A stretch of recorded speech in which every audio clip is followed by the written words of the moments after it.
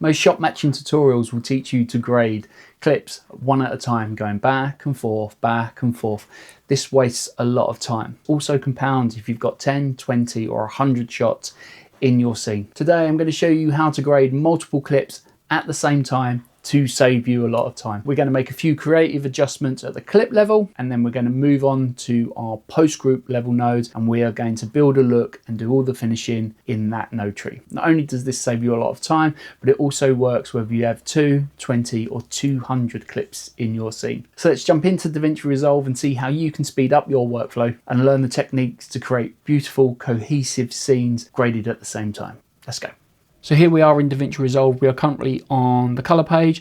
As you can see here, we've got this lady here of drinking a coconut on the beach. And what we're going to be doing is we are going to be shot matching to the same lady, probably the same beach, drinking perhaps the same coconut. We're going to add these into a group. Going to show you how to shot match these. They are very close anyway, so we won't need to do much. I'm also going to show you how you can grade these together using groups. This is going to speed up your workflow no end. So let's get to it. So all we need to do to add these into groups, we need to press the Windows key or the Command key on the Mac, and then we need to right click, and then we can add into a new group, or we can add it into a group that we've already set up, and I've already set one up called Sony Clips, so let's just assign those to that group. What you'll see has happened is that we now have 2 dots either side. This dot here, this is the clip level. We've got a post group and a pre-group clip. So all this really means is that we can grade before the clip, and we can also grade after the clip. So we're not going to do much before, but we are going to focus on after, so the post group. So let's quickly go to here. What I want to do is, you can see that the color space here is Sony S-Log3 going out to a Rec 792.4, 2.4,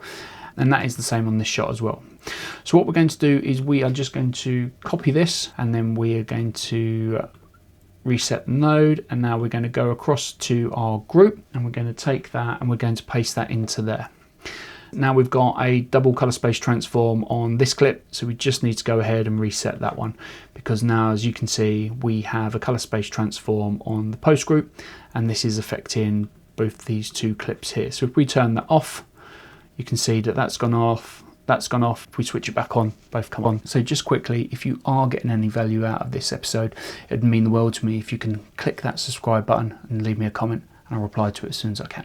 Thank you. Things can get very confusing very quickly on the timeline. So in order to just have the clips on the timeline in the group, we can head up to here to the clips, to this little drop down, and we can then scroll down to go to group and then select the group that we're in. This one is Sony Clips. So if we click that, so down here you can see on the timeline we only have the 2 clips that are in that group. It's just really important to note that you can't access any other clips from any different groups, or if they're not grouped. So in order to do that, we just need to head back up to the clips, click this little drop down here and press all clips, and they'll all come up, but we're not going to do that. So let's just reset that, go down to group and press Sony Clips. The other thing to note, if you do decide to work at timeline level, you can't. If you're in a group, you'll get this pop up to say computer says no. So again, just go up and click all clips and you'll be able to access that. So now that we've grouped our nodes, what we're going to do is we're just going to head over to the vector scope over here, and we are going to click the waveform just to see where the trace lives, or just to see where that pixel information on those scopes live. So if we click through, you can see that both of these are quite lifted, although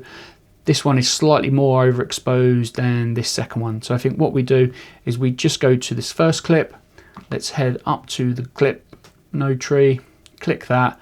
And what we're going to do is we're just going to add a few nodes for our fixed node tree. So we're going to go to add serial, and we're going to do this 2 more times. So add node, add serial, right click, add node, add serial again. And we're just going to label these quickly.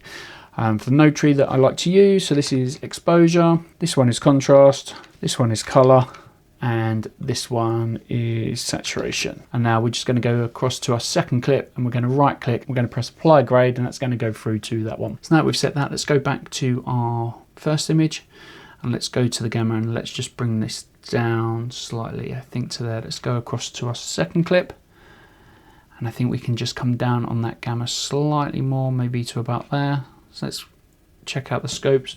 What we're looking at is this area over here. So let's just down on the D-pad. I think these are very close. The next thing to look at is the skin tones. because we have brought down the gamma and compressed the mids into the shadows on this clip, her skin tones look a lot richer than this second clip. So I think what we'll actually do here is that we'll go to the color, we'll right click, we'll add a node, we'll add a parallel, we'll disconnect that, and then connect that to the input, bring that across to there like that. Let's go up to color, which is here, come down to presets, and let's press red and see where that lands us. So we're going to go up to here to press highlight. So let's click that. And if we zoom in, and you can see we've got a really good key on the skin because that just handles all of the red pixels. We're not going to get any breakage. So let's just recenter that. So let's click the 104 and press fit. Let's click off that highlight node, which is just here. We're going to come down to the waveform, click that and click our vector scope. So the part on the vector scope we are looking at is this part here, and I believe that that is the skin tones here.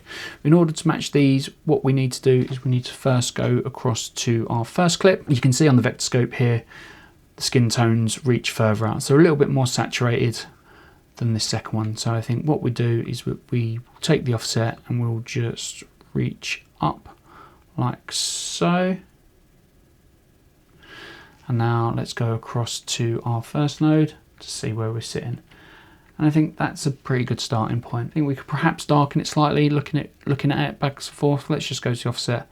Let's just roll that down to maybe like that. So let's just turn that off and on, and you can see that we have brought that skin tone to life, although it is a little bit too red. So let's just bring a touch of that red out, maybe like that. And I think if we look at the scopes as well now, as we click back and forth, these are a good match. Okay, great. So these clips are looking very similar. The skies are the same, the sea's the same. We've set the exposure. So let's head over to our post group, which is just here. Let's click that. Let's right click. Let's add a node, add the serial before, and let's bring this straight across. So the node structure that I like to work in post groups is exactly the same as clips. So we're just going to go add node, add serial. We're going to do this 2 more times. Add node, add serial, add node, add serial, and we're just going to label these quickly. So node label, this one is exposure, this one is contrast, this one is color, and this one is the saturation. Because we've already balanced the exposure between the 2 shots, I think we move straight across to the contrast. We're going to head down to the contrast, which is just down here. We're going to roll across to the left, and now we're going to take our pivot. We should be on our waveform for this. So let's do that. And now we're just going to roll across to the right on our pivot. So now that's looking quite sharp. We've got a lot of dynamic range here, and it's kind of biting at the top. And you can see the same here. This is too far. So let's go back to our exposure and let's just bring that gain down slightly. But let's go to our contrast and let's roll that contrast back. I think there's probably more suitable. So let's just turn these 2 off and on. And that's looking much better. Let's go to our second shot. And you can see that we're in a much better place here now. If we look down here in the shadows, actually, it's probably something we've missed. Only very slightly. I think what we could do is we could go back to our exposure.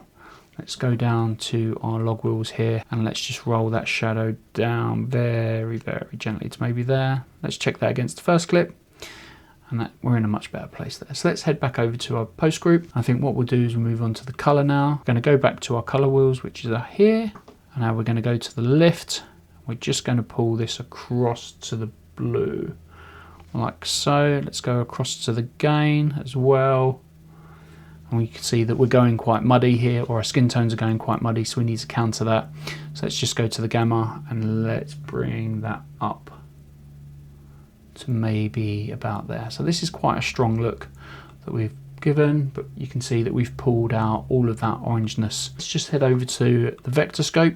So we're going to click the waveform, click the vector scope, and just to see what's happening in the traces here. If we scroll through our clip here, you can see we have this part of the trace going out into the red, and this looks like we are going out of gamut, and I believe it's possibly this flower here. So let's head over to the first clip to see if the same thing's happening. The exact same thing's happening. So this is something that we're going to need to do. So I think what we do is we use this saturation. We're going to go up to our color, which is here. We're going to go to the presets and we're going to press magenta, and now we're going to go up to the highlight, which is this button here, and you can see that we have not got that much information here, so we're just going to go down to our qualifier here, press that, and we're going to take this hue and we're just going to slide that across to that flower comes in like that. Now we're picking up a lot of pixels in the lower end of the image, so to combat that we need to come down to the luminance, which is just down here, and we're just going to roll this up until that disappears. We're losing a little bit of the flower, so let's just go like that, and I think if we can roll up the saturation like so, I think we have just isolated that flower. So let's just go across to our second clip to make sure that we are in the same ballpark, and you can see that we are very much there as well. So what we're going to do, let's go back to our first node, let's go back to here, and let's just increase that gain output, which is going to brighten those selected pixels because we've been quite selective on our qualifier. So we're going to go to about 1.6 on the gain. Let's go up to our highlight node, which is just up here.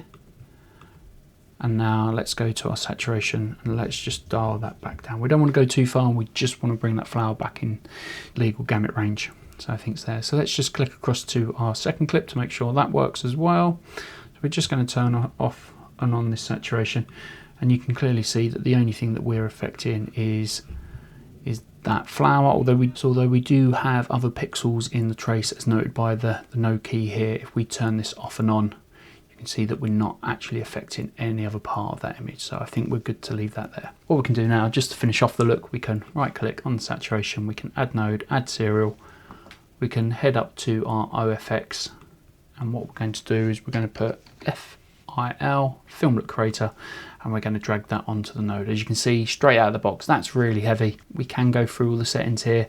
We'll leave that for another episode. And what we can do is we can come down to the key output here. We can type in 0.333, and what that's going to do, that's going to give us the third of the strength of the look. Because I do like the look, I just think it's too heavy. So let's just press enter, and you can see that's softened right off. And if we just turn that off and on, you can see that's just given just an element of that film look to this look. Because we've done it in the group node, or the post group node as I should say, it has applied it to both the clips on the timeline. So let's just turn that off and on again, like so. Come a really long way, and we've graded essentially 2 clips at the same time just using the post group clip. This is really powerful. If you've got 20 of these clips, you can essentially grade the whole scene the same way, and it speeds up your workflow no end. So that's all we've got time for in this episode. If you are still here and you've been following along, thank you so much. Do remember to click that subscribe button and drop me a comment. I'll reply to it as soon as I can. In the meantime, do check out the episode over here, how to use the scopes to fix issues in any footage, and I'll catch you there. Thank you, bye-bye.